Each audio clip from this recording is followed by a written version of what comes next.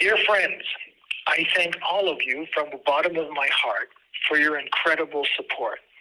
Without this human support, I would not have made it through the past 14 months. Just so that you get a better idea what exactly I am thanking you for, allow me to summarize the now visible facts, some of which are brand new, and check for yourselves. I'll first give you a summary of the show trial, and then I'll turn to the what is called white torture. First, the show trial. The criminal proceeding against me was, this much has been documented by the meticulous Germans, started by the highly controversial Inland Intelligence Service, the Constitutional Protection Agency, in August of 2021. The prosecution's file starts with the word corona. This is on a piece of paper stored in a plastic bag as page 1 of that file. It doesn't start with the word indicating crime, like fraud or embezzlement. No, it starts with the word corona. Over and over again, it is stated in that file that this case is about corona. One letter, for example, starts with the word corona-related, printed in bold letters, underlined, and with an exclamation mark. And it is also clear that the Inland Intelligence Service, CPA, Corona Protection Agency, is the agency in charge, and that no other inland public agency, that's what it says there, no other inland public agency has been informed about this case. Their first attempt at taking me down failed when a seasoned, experienced district attorney, who obviously wants to uphold the rule of law, took a close look at the file and at my work at the Corona Investigative Committee and declared, 1, the Corona Investigative Committee had done exactly what it had promised its donors to do, and it had done so extensively. And 2, there is no evidence of any criminal wrongdoing. She then had the file put into storage. This is on June 14th, 2022. She knew everything that is relevant now. She had looked at the work the Corona Investigative Committee had done, and she had seen the payments we had made to the translators, the film crew, the IT, and for communication with our viewers and donors, and she had seen our loans and the purchase of gold. She knew everything. 2.5 months after this first attempt had failed, the Constitutional Protection Agency got the 3 failed Berlin attorneys who had been infiltrated by an undercover agent of the CPA, a former member of the Berlin Parliament, to file a criminal complaint against me. 2 of these attorneys turned agents for the CPA had been for a short time substitute members of the Corona Investigative Committee after 2 scientists had decided they wouldn't want to join Vivian Fisher and me, who had founded the Corona Investigative Committee. These substitute members had never shown any interest in the Corona Committee's work, only in its. These 3 attorneys had met with Vivian Fisher for reasons that we do not yet know on August the 23rd of 2022. And on August the 26th, she, Vivian Fisher, gave them an email from me in which I explained, among other things, that I was now in the process of finalizing the long-planned sale of my house in Göttingen, because we had sold everything in Germany, for at least 1.3 million euros, and that part of this money would, as planned, be used to repay the loan. Vivian Fisher and I had both taken these loans from the Corona Committee in order to protect some of the donation money from imminent, this is clear from the file, from imminent seizure by the German government. As soon as the three attorneys turned undercover agents realized that I was in the process of paying the loan back, they filed their criminal complaint against me on September the 2nd. That's 2.5 months after the veteran district attorney had come to the conclusion that there was no evidence of any criminal wrongdoing. And in order to keep me from repaying the loan, they got ready to steal my money, that is the proceeds from the sale of my house, so that I wouldn't be able to repay the loan. And this was done by, this is shown in the file again, by their own emails, by defrauding and threatening my buyer. They got him to pay most of the purchase price, 1.59 million euros, to them instead of to me, as shown by their email. It is also clear from the testimony of the notary public who was involved. This was done with the prosecution being fully informed about this felony. How can that be? Well, the Constitutional Protection Agency had made sure that the original prosecutor, the veteran DA who had refused to even start a criminal investigation because there was no evidence for criminal wrongdoing, would be sidelined and bypassed. For this purpose, they had a young and inexperienced puppet prosecutor by the name of John transferred from Hanover to Göttingen, where he immediately stepped in and intercepted the criminal complaint.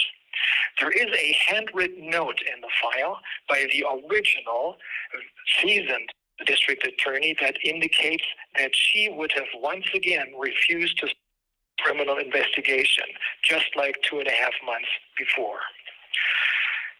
The new prosecutor, by the name of John, refused to investigate anything, despite a note, which is also in the file, by a police officer that the authors of the criminal complaint, the 3 Berlin attorneys, and Vivian Fischer, should be questioned as witnesses.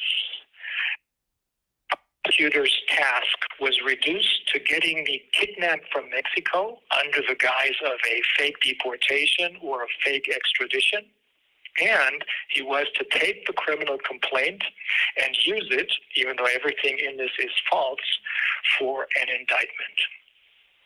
In early 2024, it became clear, even for the court, that the criminal complaint contained only falsehoods.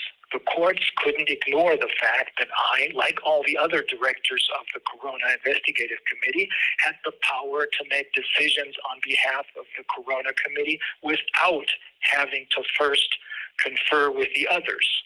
That means that the loans Vivian Fischer and I had taken to protect some of the money were absolutely okay under the so-called business judgment rule, especially so because, as the court also recognizes, I had always been both willing and able to repay the loan. And the court also realizes that I would have repaid the loan had the 3 government agents not stolen the money.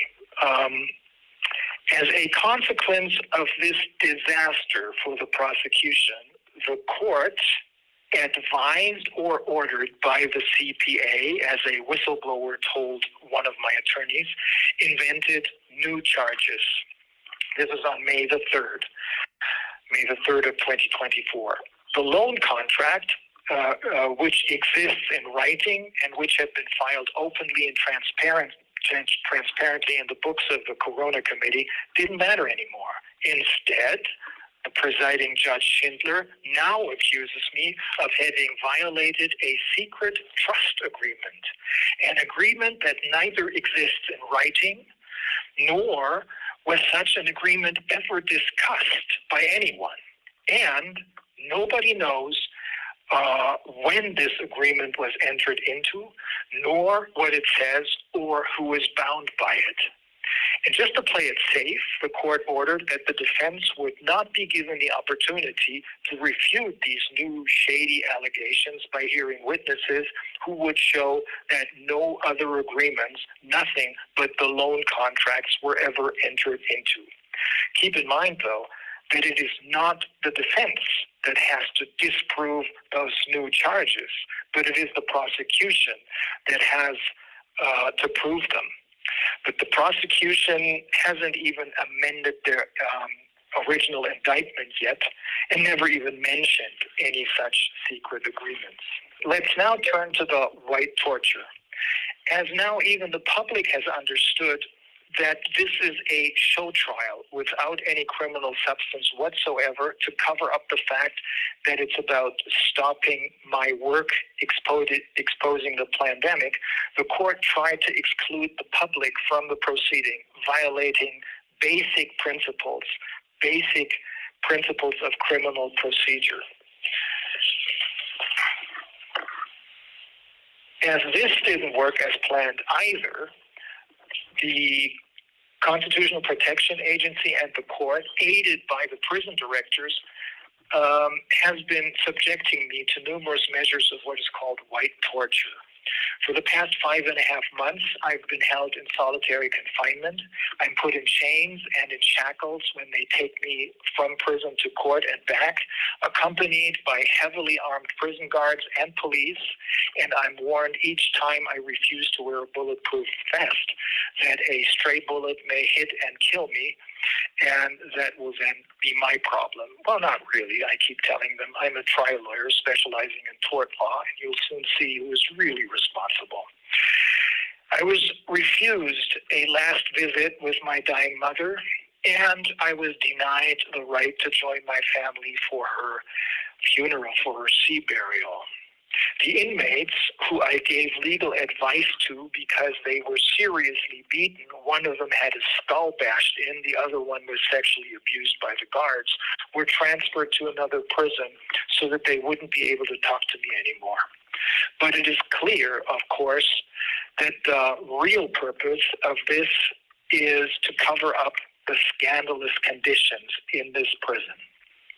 In order to come up with some kind of explanation for these unjustifiable and inexcusable measures, fellow inmates were approached by leading prison personnel to tell them anything negative about me, and their signatures were forged. One of the inmates just told me this and has agreed to appear in court as a witness. An affidavit, which he hasn't signed yet, but which he has agreed to, is at my lawyer's office. But all of this is doomed to fail. Every day, more light is shed on the lies, and more of the truth comes to light. They can slow us down, but they cannot stop us anymore. There will be justice. There can be no doubt about this. The monsters are now on the run, but they cannot hide anymore. And that's what I thank you for, each and every one of you, both as a lawyer and as a human being. I thank you from the bottom of my heart. There's nothing more valuable than this human support.